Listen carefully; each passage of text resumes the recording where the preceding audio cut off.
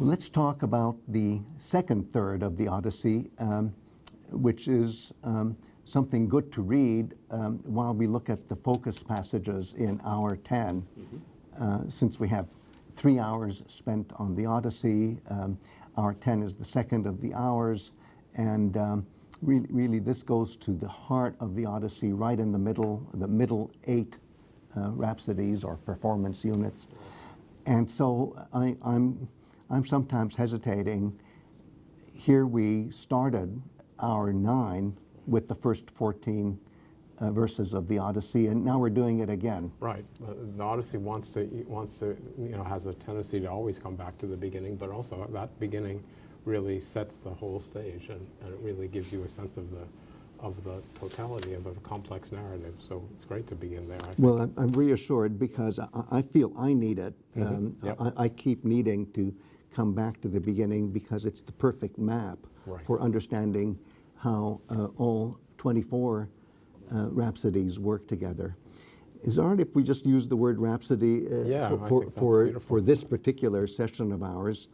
I know in other sessions we say scroll just to indicate how things were transmitted in the historical period, but when it comes to how things are organized, Rhapsody sounds better to me. Right, it's about performance units. Right? It's performance units. That's what we want to keep it in front and center. Yep. And of course, another thing that I'm eager to do in hour 10 is to concentrate less on nostos and more on noos. But in fact, it's not even less on nostos and more on noos, but both together. Okay, yes. And, it's the link between them. And the first time around when we were doing hour 9, I could only talk about nostos, but now I can talk about noos as well and how the two are related. Okay. If we now scroll to hour 10, text B, and again, I'm just trying to justify to myself why I picked this order of selecting passages from the Odyssey. And I had good reasons in terms of the overall argument for hour 10, but I keep worrying about people who read the Odyssey for the first time, and here they are during hour 10 reading the second third, which would be Rhapsodies 9 through 16. 16, yes. Yeah. Okay, there are 2 groups of 4. Yeah. And so in the case of text B, this is something I so love because it shows how nostos is a return of noos as well, and that homecoming and consciousness go together because this passage just has everything coming together. It has the waking from the sleep and the return of the light and everything else. Right? It's just wonderful, and then I think it's hard for our readers to keep getting exposed to Theognis, but Theognis, who is not easy to read all the way through, but who sometimes whose poetry can really help with specific points of interpretation, really helps here, in the sense that text C is kind of like a nostos without most of the ingredients of the Odyssey, but still it has the basic outlines of what a nostos should be and how it is a return to light and life. And then for text D, Song of the Sirens.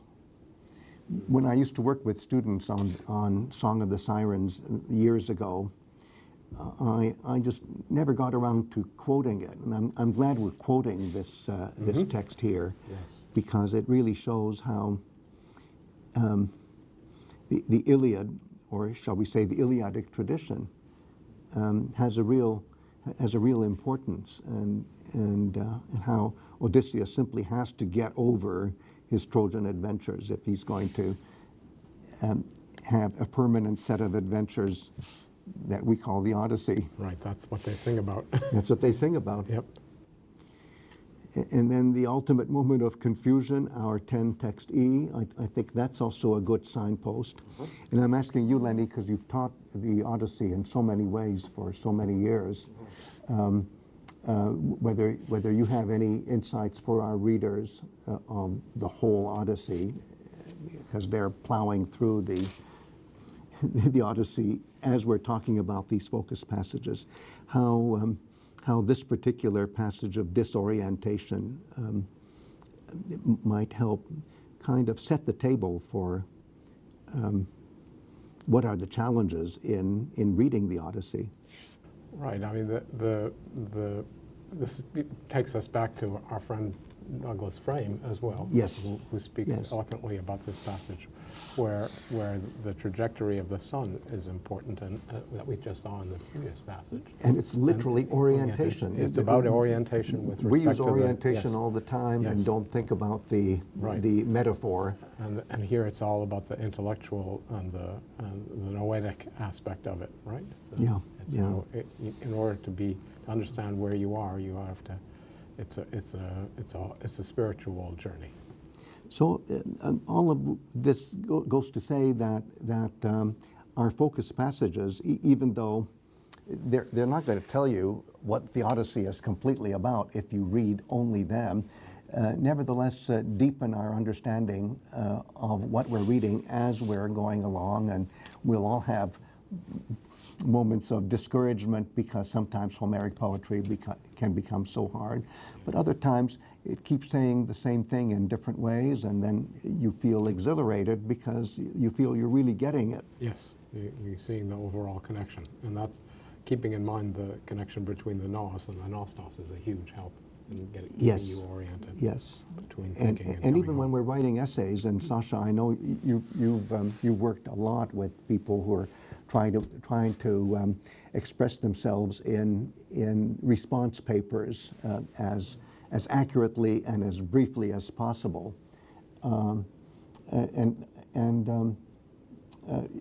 maybe you have some advice for students about how to look at something that's very specific and then how to see the big picture on the basis of something specific. Well, first, to follow up on what you just said, I would encourage our readers not to recoil from these repetitions of return. Yes. Because what Homer does here is what every good teacher does.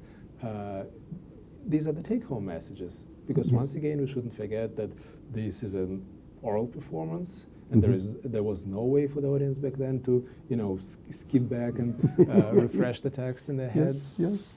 And it's very important, even for us as we read the text in a written medium or electronic medium, to be reminded of these cardinal topics.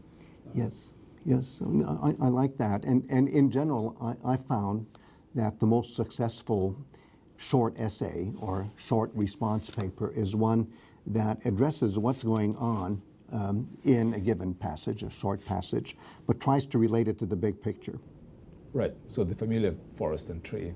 Forest and tree, Yes, exactly. Or and microcosm and macrocosm. And it's just good training for all of us, and I have to train myself each time I look at these focus passages, and that's also what's exhilarating about it, is that you can never reach the point where you say, oh, I don't need to do this. Right. One of the things that I think you, Greg, so masterfully bring to the foreground in this write-up, the 24 hours, is the importance of verbal art in this kind of literature. Yes. And that's something which I would also like our readers to appreciate, that the poet may encapsulate a whole lot of meaning in individual words, in half a line, in one expression. And these things need to be disentangled and understood. And that's the beauty. It's a system, and it's a beautifully refined system that has evolved over centuries, I would say millennia, and I know you would too. Yep.